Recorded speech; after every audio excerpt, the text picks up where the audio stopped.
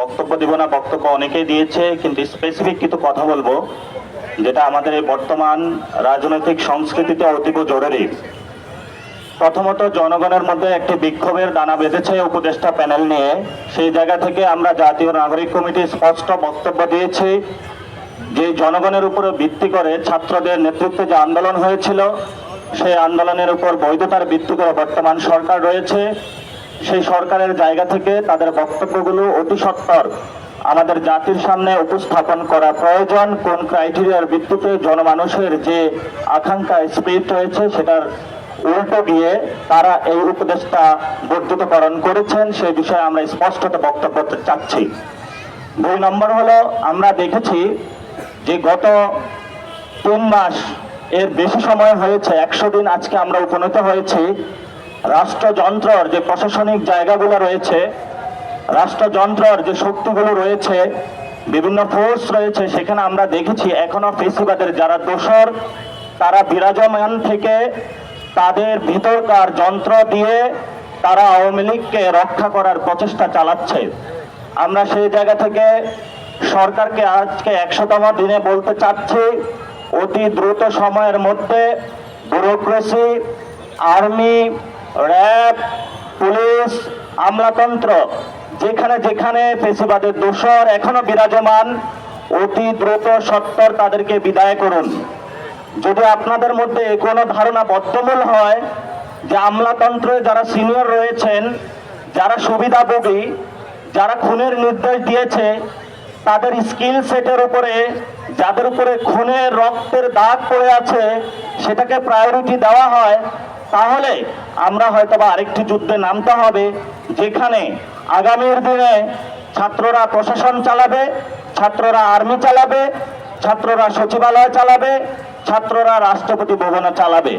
সেই জায়গা থেকে আমাদের বক্তব্যগুলো একদম স্পষ্ট। আমরা যে জনগণের যে শক্তি, সে শক্তির কেন্দ্রবিন্দু আছে, সেই কেন্দ্রবিন্দুটা আবার আমরা ব্যাক করতে বাধ্য হব।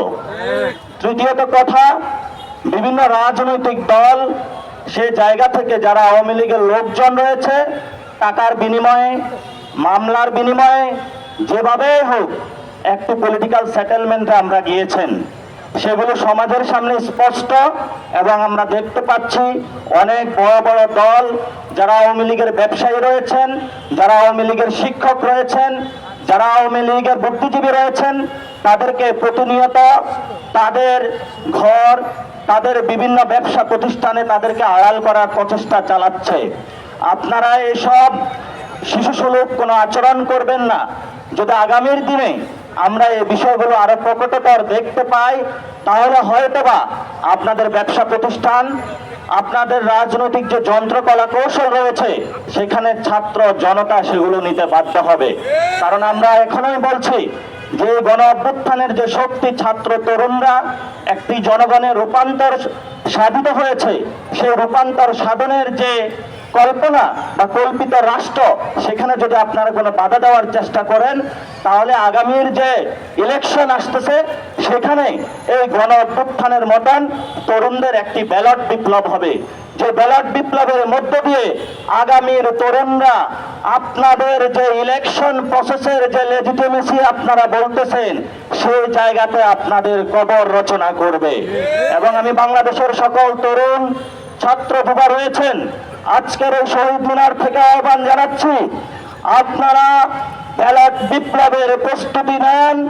পাড়ায় মহল্লায় যে সকল সন্ত্রাসীদের আশ্রয়দাতা রয়েছে, পাড়ায় মহল্লায় যে সকল লুটেরা রয়েছে, পাড়ায় মহল্লায় যে সকল চাঁদাবাজ রয়েছে, যারা আপনাদের মা বোন জনগণের উপরে এখনো দিব্যি নিপীড়ন চালিয়ে যাচ্ছে, আমরা আপনাদেরকে আহ্বান জানাচ্ছি, আপনাদের হাতে ক্ষমতা তুলে নিন। এই ক্ষমতার মাধ্যমে আগামীর যে ব্যালট বিপ্লব হবে, সেই বিপ্লবে এই সকল লুটেরা, চাঁদাবাজ, মাস্তান, মাফিয়াতন্ত্র, পরিবারতন্ত্র, তাদেরকে বাংলাদেশে তাদের কবর রচনা করুন। যদি আগামীতে আমরা এই ব্যালট বিপ্লবে আমাদের জিততে না পারি, আমরা মনে করি আগামীর বাংলাদেশের ভবিষ্যৎ বিপন্ন হবে।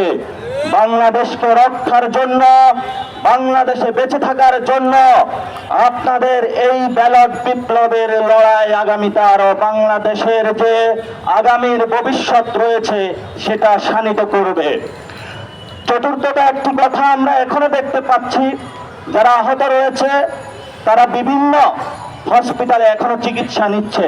সেখানে বিভিন্ন রাজনৈতিক দল তাদেরকে পকেটস্থ টাকা দিয়ে পকেটস্থ করার চেষ্টা চালাচ্ছে। আমরা এখনো আহত এবং যারা শহীদ ফ্যামিলি, আমরা এ বিষয়ে রাজনৈতিক দলগুলোর কাছে আহ্বান জানিয়ে আসছি, যারা শহীদ, যারা আহত, তাদের নিয়ে রাজনীতি করবেন না। মুক্তিযুদ্ধের পরে আওয়ামী লীগ যে কথিত ফ্যাসিস্ট সরকার এবং বাংলাদেশের যে বড় বড় রাজনৈতিক দলগুলো রয়েছে, জাল সার্টিফিকেট বানিয়ে আহত মুক্তিযোদ্ধা বানিয়ে জাল সার্টিফিকেটের মাধ্যমে আহত পুনর্বাসন কেন্দ্র খুলে আমাদের 71-এর যারা শহীদ ছিল, 71-এর যারা আহত ছিল, তাদেরকে অসম্মান করেছে। আমরা এই 24-এ খুব সতর্ক অবস্থানে আছি। আমরা বলতে চাই, আহতদের নিয়ে কোনো রাজনীতি চলবে না, শহীদদের নিয়ে কোনো রাজনীতি চলবে না।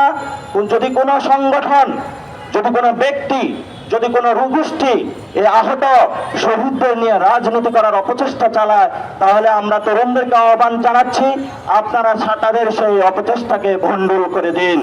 আপনারা রক্ত দিয়েছেন, দুটি টাকার কাছে আপনাদের এই রক্তকে আপনারা বিক্রি করবেন না। আপনারা শহীদ হয়েছেন, 5-6টা টাকার কাছে আপনারা আপনাদের এই অজীবন যে মূল্যবান জীবনগুলা বিক্রি করবেন না। আমরা আমাদের আহ্বানগুলো জানিয়ে গিয়েছি। আমরা এই বিশ্ববিদ্যালয়ের যে এখানে বক্তব্য দিচ্ছে দাঁড়িয়ে, আমরা এই বিশ্ববিদ্যালয়ের পাঠ চক্র থেকে উঠে দাঁড়িয়েছি। আমরা এখানে গাছতলাতে ছিলাম, আমরা এখনো আছি। আমরা কোনো দালান কোঠরিতে এখনো অবস্থান নেই নাই। আমরা সেই আমাদের গাছতলা, আমাদের সেই মাঠ থেকে জনগণের কাছে আবার আমরা ফিরে যেতে বাধ্য হব। আমরা সরকারে যারা রয়েছেন, রাষ্ট্রযন্ত্র যারা রয়েছেন এবং জনগণে আপনারা যারা রয়েছেন, সকলকে বলছি, অতি দ্রুত সত্তর যারা আওয়ামী লীগের পুনর্বাসন কেন্দ্রে বর্তমান নিজেদের পরিচয় সাধন করেছে, তাদেরকে সামাজিকভাবে বয়কট করুন। দ্রুত গতিতে সরকার এবং রাষ্ট্রযন্ত্রকে বলছি, আওয়ামী লীগকে একটি গণকমিশন গঠনের মাধ্যমে সুস্থ এবং মুক্তিযুদ্ধের যে আকাঙ্ক্ষা ছিল ন্যায় বিচার প্রক্রিয়া, সেই ন্যায় বিচার প্রক্রিয়ার মধ্যে খুনি হাসিনা এবং যারা দোষর রয়েছে তাদেরকে বিচার প্রক্রিয়ায় দ্রুত আনয়ন করুন। আহত এবং যারা শহীদ রয়েছে তাদের দ্রুত পুনর্বাসন করার চেষ্টা করুন। এবং পরিশেষে আমি বলবো, আগামীর যারা তরুণরা রয়েছেন, ছাত্র যুব, আগামীর ব্যালট বিপ্লবের প্রস্তুতি নেন। এই বিপ্লবে বাংলাদেশের ভবিষ্যৎ গড়বে। সবাই সুস্থ থাকুন। আসসালামু আলাইকুম।